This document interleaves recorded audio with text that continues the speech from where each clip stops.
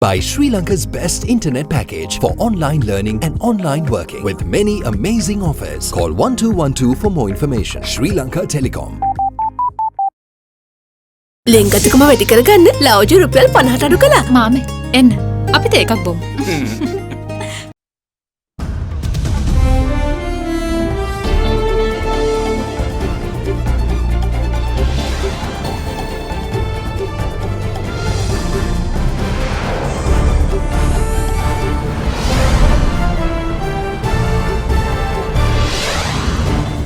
Tonight, cause of the darkness. The Ministerial Committee report on last week's sudden power outage handed over to Subject Minister. Walls closing in. Valikada prison to don a signal jamming system, rendering mobile phones ineffective. Delayed PC polls. SLPP blames the TNA for depriving northern people of their franchise. The franchise, which is the fount of all democratic rights. If you take away the suffrage from the people, no other democratic right has any validity on it. Former Speaker eyeing Sirikota. Karu Jayasuriya throws his hat into the ring over UNP leadership. All that and much more coming up on First at 9, this Monday the 24th of August 2020. From AdaDerana, this is AdaDerana First at 9. නව sunlight sakura. දැන් දික්කුකල් පවතින sakura මල් සුවඳින්. Live from Studio 24 in Colombo. Good evening and welcome to First at 9. I'm Mohammed Kekanaka. Let's start with your local stories. The expert committee headed by the Additional Secretary to the Ministry of Power today handed over its report with regards to the countrywide power failure which occurred last Monday to Subject Minister Dallas Alahappiruma. Meanwhile, the Ceylon Electricity Board Association of Technical Engineers and Superintendents has also submitted its report on the power outage with their observations on the incident. The report says that the Norochale power station did not become inoperable as a result of a fault at the Kerawalapitia substation. Sri Lanka experienced a sudden island-wide power interruption last Monday, affecting the daily lives of the people and the country's other operations. Authorities said that the power failure had occurred due to a technical fault which had occurred in the transmission line of the Kerawalapitia main substation, which is located 200 meters away from the Kerawalapitia Yudanganavi power plant. Following this sudden failure, Subject Minister Dallas Alahappiruma ordered the Secretary to the Ministry of Power to appoint a 9-member committee to compile a report pertaining to the power outage and submit it within a week. With that being the case, the expert committee headed by the Additional Secretary to the Ministry of Power has handed over the report to the ministry today. In the meantime, Ceylon Electricity Board Association of Technical Engineers and Superintendents submitted a report containing a synopsis of their observations on the power failure to the expert committee. Accordingly, they have highlighted 8 reasons that have contributed towards the breakdown of the national power grid.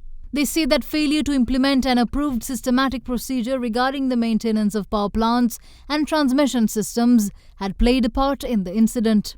What's more, a non-operation of safety zones between Kerawalapitia substation and Norochole substation is also highlighted as a cause of the power outage. However, the third reason they highlighted in the report is about the grounding of both bus bars at Kerawalapitia and Norochole.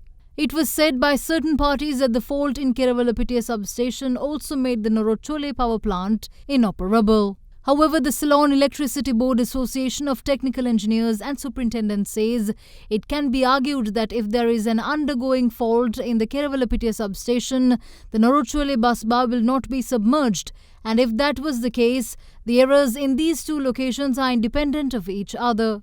They also say that it is not acceptable to come to such a conclusion without any technical study, where they say that steps to verify should be taken after a technical study.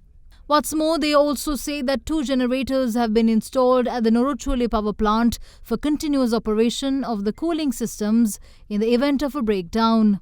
They outlined that damage to the cooling systems in Units 2 and 3 during the 17th of August crash could have been prevented had those generators been in working order. They also request the expert committee to investigate whether there is a conspiracy by certain parties to take over the new government as well as the new Minister of Power and Energy. In the meantime, the investigation report called by the Public Utilities Commission of Sri Lanka from the Ceylon Electricity Board is yet to be submitted. Now, the Department of Prisons says that inmates who are addicted to drugs are left frustrated at present, with some attempting to take their own life as withdrawal symptoms kick in. Security at prisons have been intensified, with police STF set to provide security to prisons in Colombo from tomorrow in an attempt to stop contraband from entering those facilities. What's more, the Prisons Department is hopeful of installing a signal jamming system at the Valikada prison, blocking all mobile phone communications at the facility.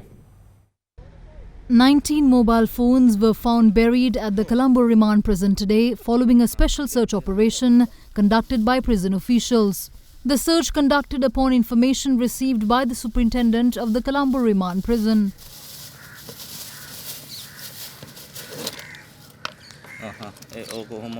නේවාසිකයන් රඳවන අංශයක් අසල බිම අඩි 3ක් පමණ ගැඹුරට වලක් කාරලා මේ ජංගම දුරකථන තොගයක් සංගවලා තිබ්බා.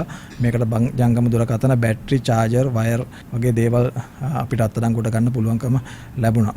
Meanwhile, a decision has been made to deploy police special task force personnel outside the Valikada, Magazine and Colombo remand prisons from tomorrow. The Commissioner General of Prisons revealed today that 3 inmates have committed suicide due to measures being taken to prevent the influx of drugs into prisons. විශේෂයෙන්ම බන්ධනාගාරයේ පිටත ආරක්ෂාව සඳහා තමයි මෙම විශේෂකාරී බලකාය නිලධාරීන් යොදවන්නේ. මෙම නිලධාරීන් බන්ධනාගාර බුද්ධිහා ආරක්ෂකයෙකුගේ නිලධාරීන් සමග බන්ධනාගාරයට ඇතුළු වන සියලුම සිරකරුවන් නිලධාරීන් සෝදිසි කිරීමට ලක් කරනවා. අපි මේකෙන් බලාපොරොත්තු වෙන්නේ විශේෂයෙන් බන්ධනාගාරවලට ඇතුළත් තහනම් ද්‍රව්‍ය අවම කිරීමටත් බන්ධනාගාරවල පිටත ආරක්ෂාව තර කිරීමටත් අවශ්‍ය පියවර ගැනීම. ඒ වගේම විශේෂයෙන් දැන් බන්ධනාගාරවලට මත්ද්‍රව්‍ය පැමිණීම වළක්වලා තියෙන නිසා පසුගිය සතියක වගේ කාලය තුල බන්ධනාගාර රැඳවියන් මේ මත්ද්‍රව්‍ය භාවිතයට හුරු වෙච්ච රැඳවියන් ඉතාමත් අසහනකාරී ලෙස තමයි බන්ධනාගාරවල සිටින්නේ.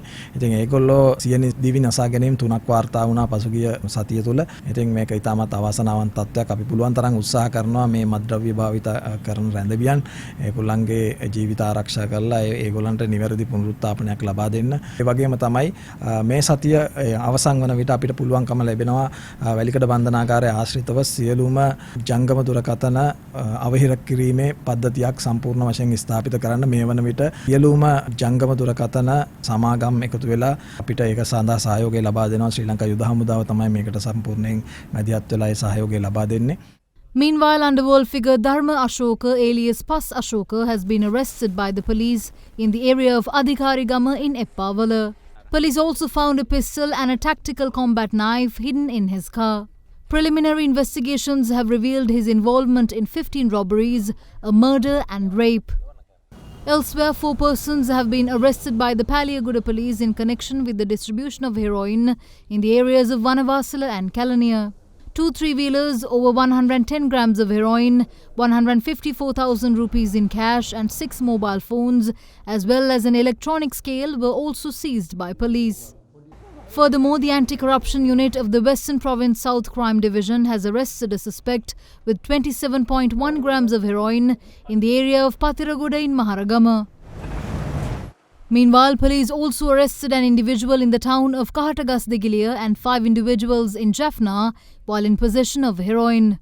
8 suspects have also been arrested in connection to a drug distribution network in and around the town of Mavatagama. 12 grams of heroin had been in their possession, and the police said that 6 of the 8 suspects are drug addicts.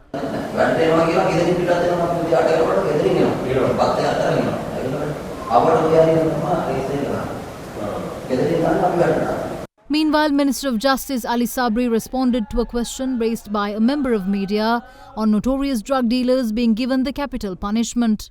ඒක cabinet මණ්ඩලය විසින් තීරණය කළ යුතු බරපතල කාරණාවක්. අදහස් දෙකක් තියෙනවා. ලංකාවේ මරණ දණ්ඩනය අවුරුදු 50කින් විතර ක්‍රියාත්මක වෙලා නැහැ. මේවා අර නීතිමය කරුණු හින්දා එක දවසට මට හිතන විදියට කරන්න බෑ. ටිකක් කල් යනවා. නමුත් අනිවාර්යයෙන්ම ඒ අවශ්‍ය සාධනීය පියවරවල් ටික අපි ගන්නවා. අරගෙන මේ රටේ මිනිස්සුන්ගේ ආරක්ෂාව සනාථ කරලා දෙන්නට කරු ජනාධිපතිතුමාගේ ඒ ව්‍යායාමයට හැකි පූර්ණ අයුරින් අපි සහයෝගය ලබා දෙනවා. Ex-State Intelligence Service Chief Senior DIG Nilantha Jayawardena says that former Inspector General of Police Pooji Jayasundara's first appearance at the National Security Council since the October of 2018 was after the Easter Sunday attacks. He revealed these facts while testifying before the Presidential Commission of Inquiry investigating the spate of terror. Former Director of the State Intelligence Service Senior DIG Nilantha Jayawardena gave evidence before the Presidential Commission of Inquiry probing the Easter Sunday terror attacks for the 17th day today. He revealed that former IGP Pooji Jayasundara attended to the National Security Council for the first time after the Easter Sunday attacks since the October of 2018. He added that although the National Security Council had not been formally convened before the terrorist attack, it had returned to a daily meeting after the attacks. The Commission inquired from the former State Intelligence Chief whether he was blamed at the Security Council, which was held after the Easter Sunday attack. In response to that question, he said that he gave an account to the Security Council on all the reports submitted from 2018 until the Easter attacks, without waiting to be asked for an explanation. When the Commission asked Jayawardena whether the then President blamed him for the attacks, the witness said that the former President asked from him whether he knew anything about the attack. The former State Intelligence Chief had also told former President Maithripala Sirisena that he attempted to call him. We will see you once more on the other side of this break. Stay tuned.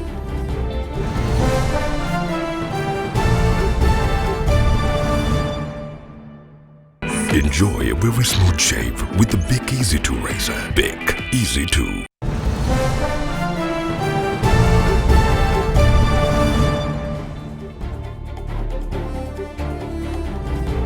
Welcome back. You're watching First at 9. Now, President Gotabaya Rajapaksa says the Samurdhi Program has to be reviewed to ascertain whether it has achieved its purpose.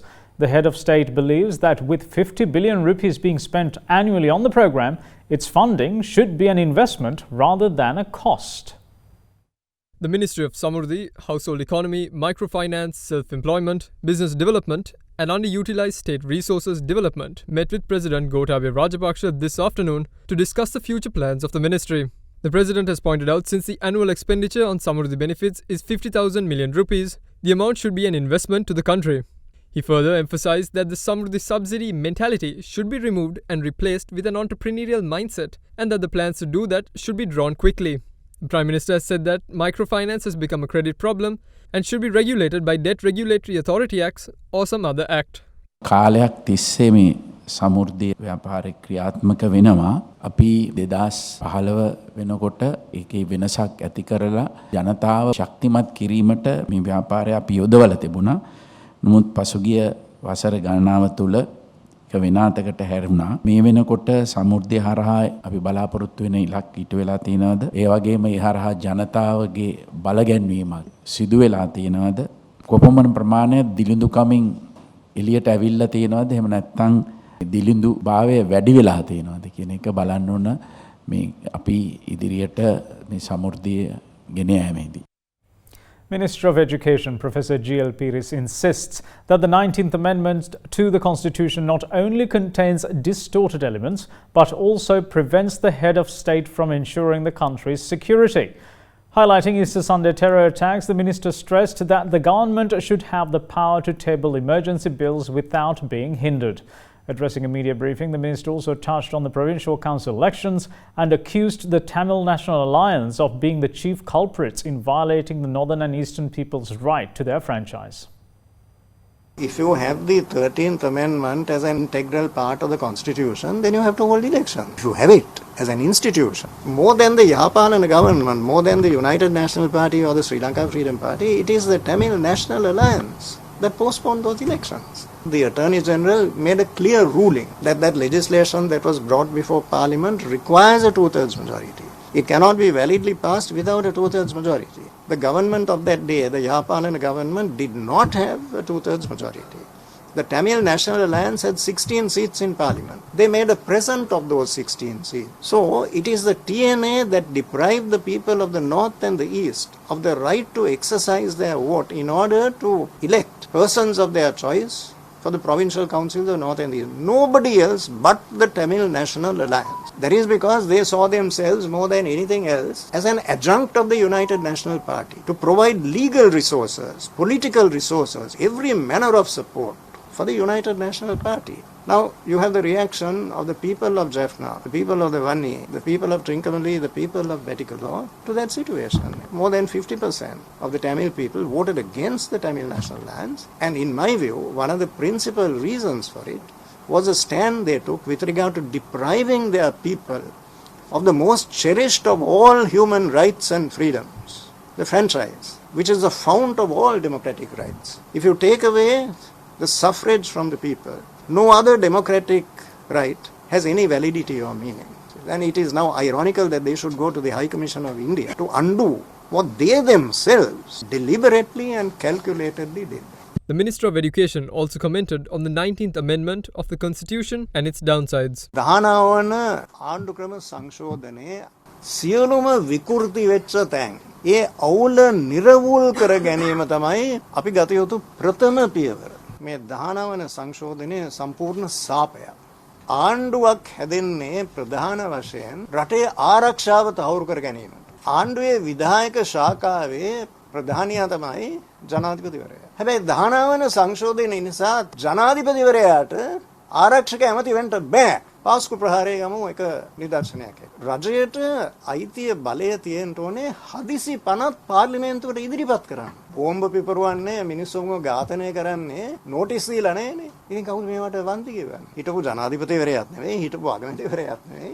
මේ රටේ ජීවිත අහිමි වෙච්ච 265 ක ජනතාව. අලියට ඡන්දය දුන්නත්, telephone එකට ඡන්දය දුන්නත්, නෙළුම් පොහට්ටුවට ඡන්දය දුන්නත්, ඔරලෝසුවට ඡන්දය දුන්නත්, හෘද සාක්ෂියට අනුකූලව විශ්වාස කරනවාද ඒ පත් කරපු පොලිස්පතිවරයා ඒ තනතුරට ගැලපෙන පුද්ගලයෙක් කියලා. වෙන කිසිම හේතුවක් නිසා නෙවෙයි රාජපක්ෂ පවුල හිරේ දාන වැඩපිළිවෙල උද්‍යෝගිමත් ලෙස ඉදිරියට ගෙන යාම සඳහා පොලිස් සේවයේ ප්‍රථම වතාවට අපේ ඉතිහාසයේ පොලිස්පතිවරයෙක් මාන්ත්‍රු දාලා මේ කුඩුකාරයෙක් උසාවියට ගෙනවා වගේ මහේස්ත්‍රාත් උසාවියට ගෙන. සීඩී වික්‍රාන්ත මැතිතුමා පොලිස්පති නෙවෙයි. පොලිස් ජාතකම් තාම පොලිස්පති. මේවා අපි සම්පූර්ණයෙන් ඉවත් කරන්න ඕනේ. මේ ස්වාධීනයි කියන කොමිෂන් වල සමාජිකයන් දේශපාලනීකරණයට ලක් වෙලා තිබෙනවා. මම තාමත් පැහැදිලිව ප්‍රකාශ කරනවා. මේ රටේ ජනතාවගේ අපේක්ෂා වලට ගැළපෙන විදිහට අපි 19වන සංශෝධනයේ ඒක ඉවත් කරනවා. ඉවත් කළා ඒ අර ඉස්සෙල්ලා තිබිච්ච බලය ඒක ආපහු අපි ලබා දෙනවා. අගමැතිවරයෙක් පත් කරන්න යනවා මෛත්‍රීපාල සිරිසේනට තනතුරක් දෙන්න යනවා කියන මතයක් තියෙනවා. ඒක නෑ ඇත්තක් තියෙනවා. එහෙම තීරණයක් රජය දැනට අරන් නැහැ. Now, staying with politics, parliamentarian of the Samurdhi Janabalawege, Tissa Attanaka accuses the government of wanting to pave the way to make political infringements on state services by its attempts to repeal the 19th Amendment to the Constitution. Addressing a media briefing today, Attanaka said that amending the 19th Amendment would also mean dual citizens being able to contest polls once more.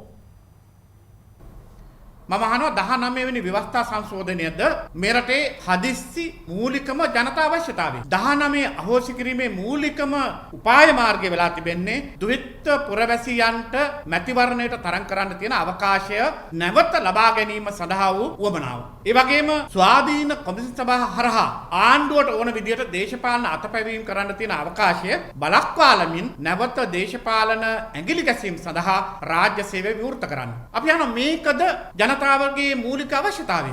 වර්තමාන ව්‍යවස්ථාවට අනුව ජනාධිපතිවරයාට නිශ්චිතව කිසිදු විෂයක් තබා ගන්නට නොහැකි. එතුමා රාජ්‍ය ආරක්ෂක අමාත්‍යාංශය දරනවායි කියලා තමන්ගේ අර්ථයම තිබලා තියෙනවා. හැබැයි මට ආරංචි එක ගැසට් කරලා නැහැ. මොකද ගැසට් කරන්න බෑ. ඒක ව්‍යවස්ථා විරෝධී කටයුත්තක්.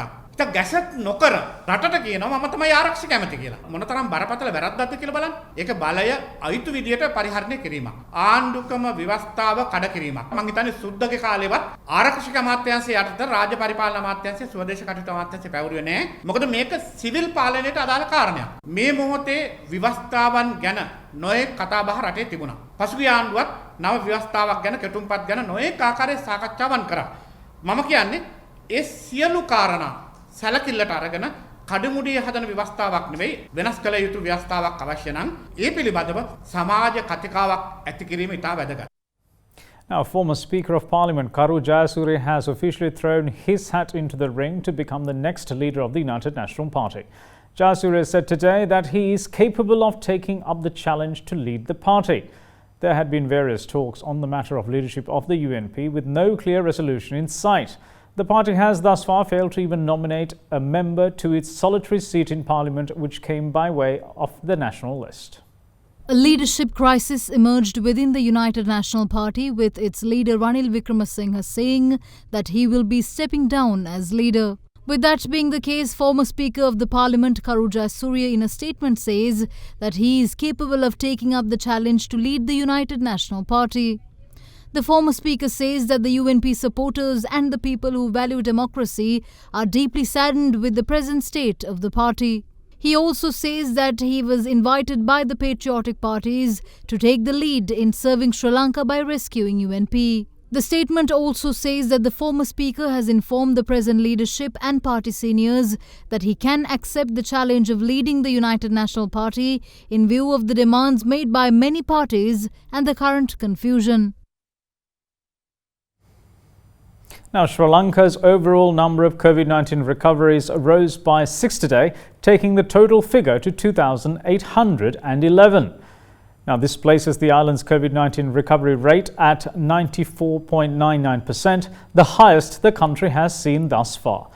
In the meantime, with 5 COVID-19 cases being confirmed from the island today, the overall number of active COVID-19 cases rose to 136. Meanwhile, a total of 260 Sri Lankans were repatriated across yesterday and today. Out of the repatriated group, 174 were brought down from Bahrain, 65 from India and 21 from Doha. The returnees were subjected to PCR tests and directed to quarantine centres.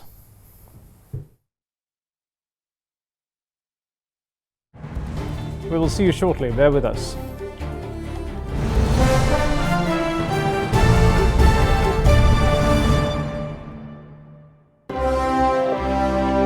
Ceylon Bank, the bank with a heart.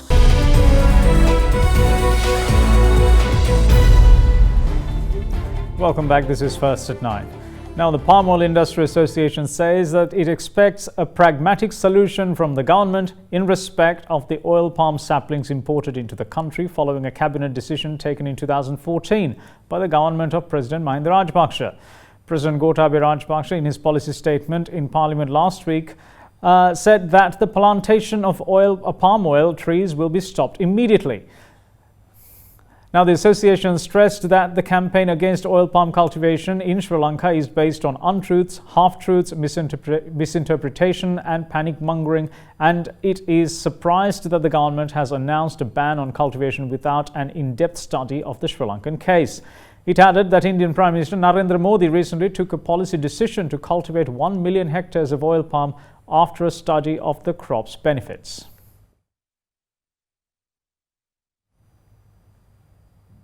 Now, the Sri Lankan stocks closed 0.06% stronger in the market today. The all-share price index gained by 3.41 points to end at 5,385.79. The S&P SL20 index of more liquid stocks gained 4.8 points to close at 2,398.98. The market turnover was 1.56 billion rupees, where 63 stocks gained and 100 fell. Now, here's a brief report on today's market performance. The market was held on a tight grip with retail activity today as the markets gained for the 5th consecutive trading sessions. ASPI ended in the green with being 3 points up, while the S&P SL20 was up by around 5 points. With the upward trend in the overall market, we've today reached 5.5-month high in the ASPI, which is at 5,385 points. So with that, we are starting to see more confidence coming from the retailers as retail activity increased over the last couple of weeks. So today we haven't seen any crossings during the day. However, the turnover levels have exceeded 1.5 billion rupees, which is another sign that retail activity is pretty strong, and also we are seeing a lot of high net worth activity in the market as well. Institutional activity has been a bit slow over the last couple of days, but retail activity has compensated to that.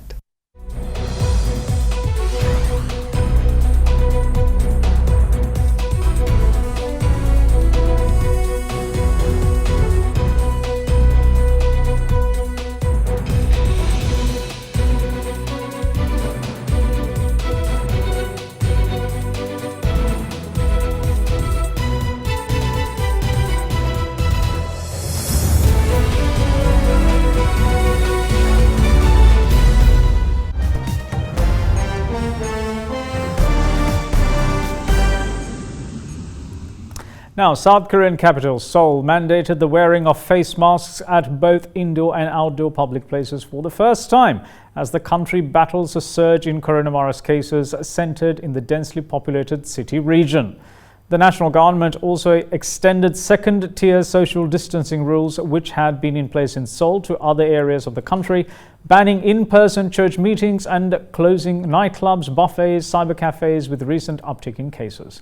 Furthermore, health authorities also say that they are considering imposing the toughest Stage 3 social distancing rules, where schools and businesses are urged to close if the spread of new cases does not slow down.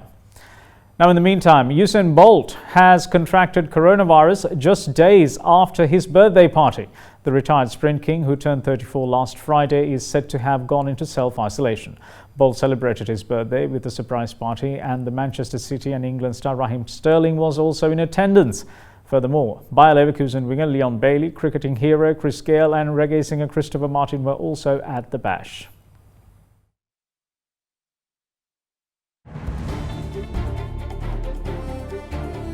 And that's it from all of us here at First at 9. Thanks for watching. Bye-bye.